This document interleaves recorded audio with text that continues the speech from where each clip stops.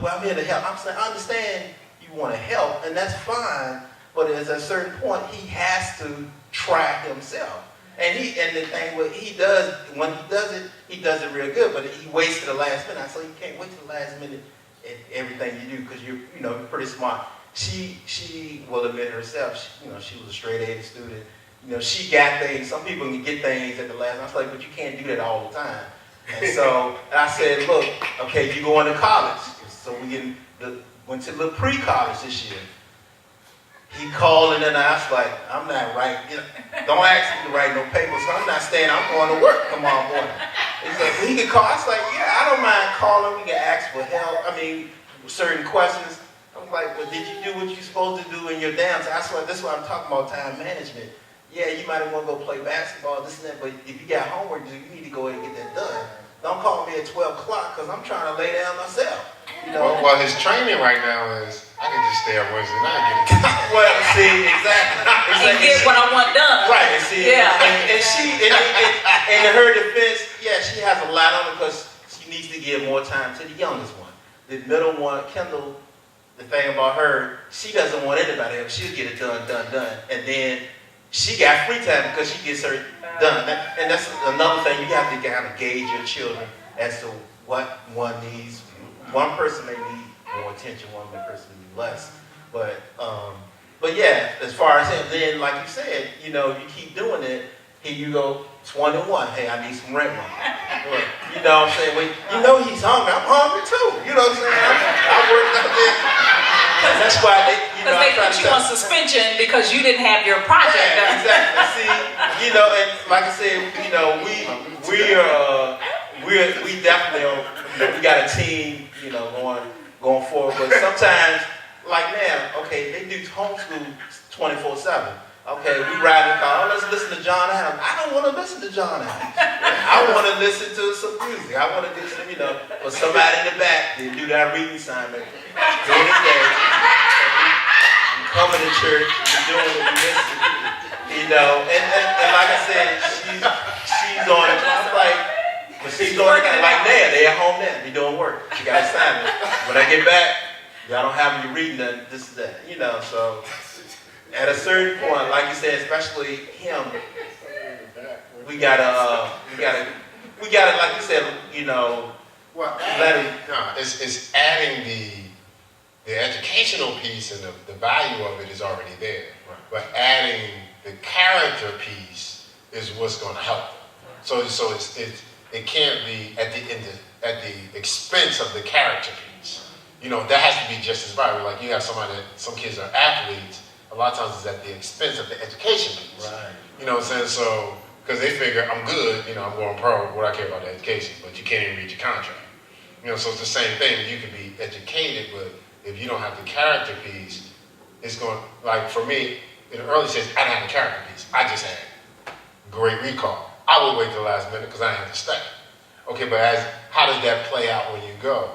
I could have achieved so many other things if I just had the discipline and the character. So now I'm valedictorian, not just, the top, whatever, 10, 15% of the class. I'm actually achieving what I was designed to do, not just better than most of the people. So I think that's what's important. Let's get Terrence in. I know, Lamar, you had a thought. Earlier we were talking about being on one accord with discipline of a child, and from the conversation, it seemed like it was directly more towards the child actually living with both parents. And you guys know our situation, so expound on the discipline of a child not living with them and how the step-parent plays the role as far as discipline. Okay. You want me to jump? Yeah. No, I'll start it and you can finish it. I think it's important that you and her come together first and talk about how you want to see discipline in your family. Because although you can't control what's going on in her family or his mom's family, you can't control what goes on in your household. And so you're going to have to talk to him to let him know that you're in a unique situation where you have two homes. And each home is going to be different, but where we are in this home, these are the expectations.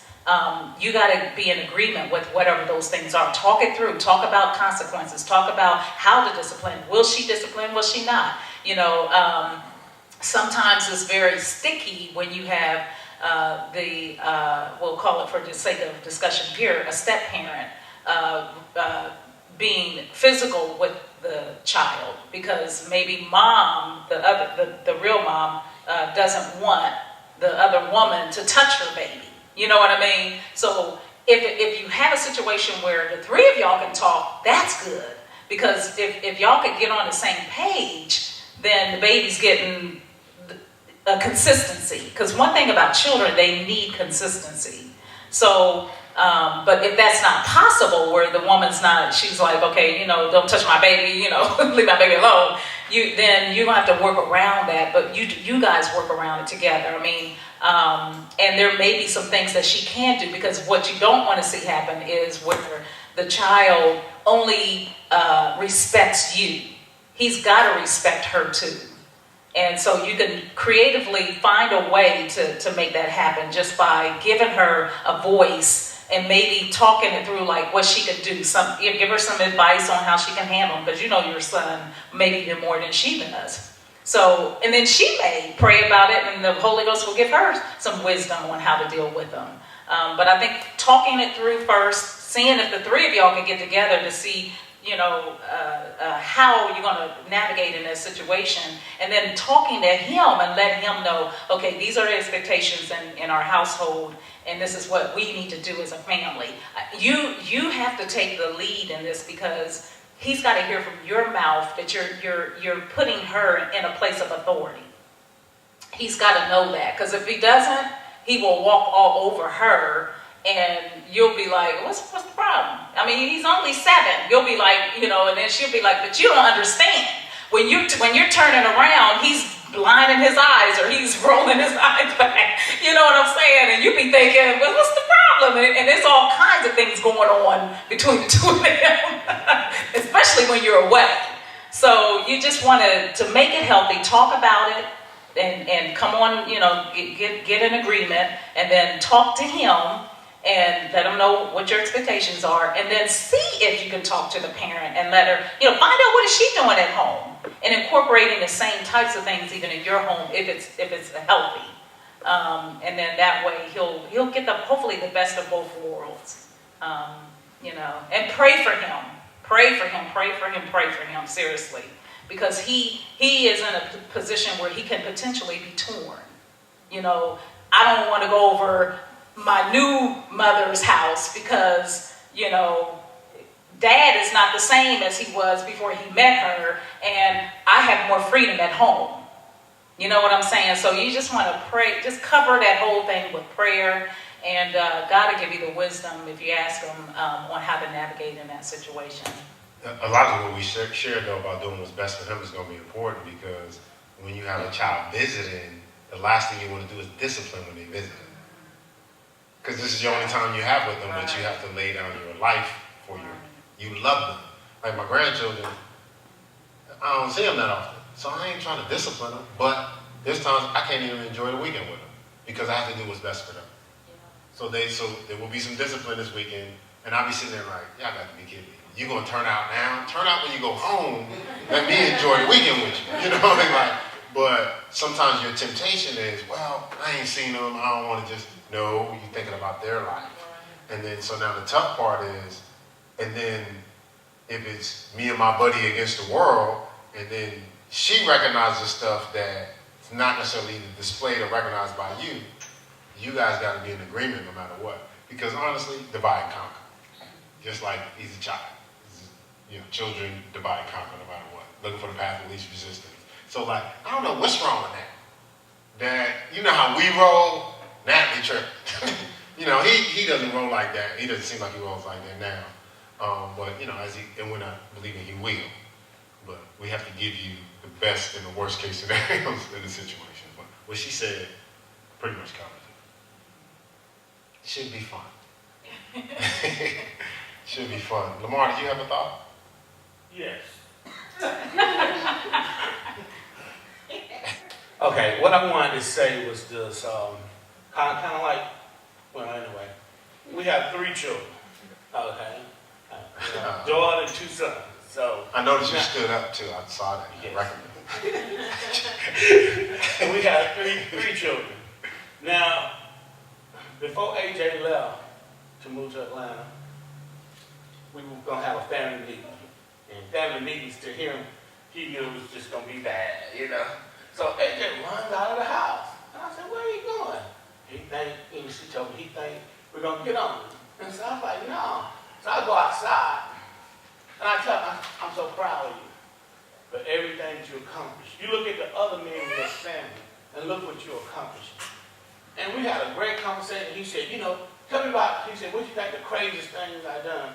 And we went through all these crazy things that he has done. But at the same time, I think that you got to discipline, definitely. One thing I learned through courtship and counseling and all, you can be right and just be a brute with it, But you got to have some compassion. You got to have some love in what you're doing. Who do you have courtship and counseling? Yeah, without love, you're just a brute. But anyway, even with the other children, I was raised by a stepfather, and we don't call each other step. I love my natural dad as much as I love my stepfather because he didn't differentiate between us. And I think it's great when a man is put in a situation like that and can love another man's child like his own. And I used to pray for that, and because I admire my stepfather. But at the same time, Hezekiah and Gabrielle, I treat them the same. I mean, AJ, they get the same treatment. Gabrielle was on a mission trip this summer. We sent her some money. She didn't say thank you. She didn't get no more money.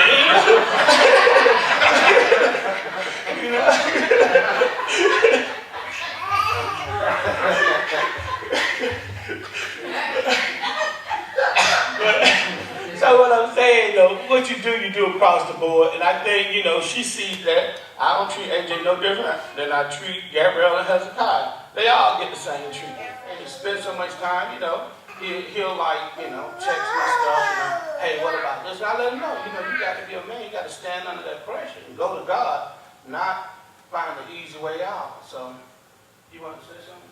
I just need to ask a question. Okay, okay. Well, I'm sorry. I just want to say that question. Yeah, I'm going to let her ask the question. How do you deal with a man who is supposed to have the bigger vision, but only seems to follow his woman's dream? Yeah, I would start talking to him, asking him questions to stimulate what's on the inside of him. We talked about earlier that there's really treasures hidden in earthen vessels, and sometimes, because of how his life was up to that point, he could have been beaten down. He could have, felt insecure with himself, his talents, his abilities. But really, even as a helper suitable for him, you'll see some things in your husbands that he may not even necessarily see in himself. So being able to ask God to allow you to see what's on the inside of him, what are those treasures on the inside of him, and start concentrating on those things and asking God for some wisdom on how to cultivate that, how to mature it, nurture, because we're designed to nurture anyway. Think about it. We find something and we can nurture that thing, and before you know it, you present that back to him. And it's almost like when I met him, he was pursuing professional basketball. And the first thing I saw in him, I said, you're a minister, aren't you? He wasn't even pursuing ministry. So the Lord put in me what I saw in him, and I spoke to the very thing that was inside him. So you can do that. You can speak to, think about it. We're created in God's image. Everything he did, he spoke things into existence. So we have our mouths, our words are charged with prospering power. So if we speak a thing and declare a thing, then eventually, it'll connect with what's on the inside of him. And because he probably, honestly, he just needs someone to believe in him. He's probably, how you go through life and you don't have any aspirations. You just kind of go through life with just every step of the way. You eat, you drink, you go to sleep. You eat, drink, and go to sleep. That's all.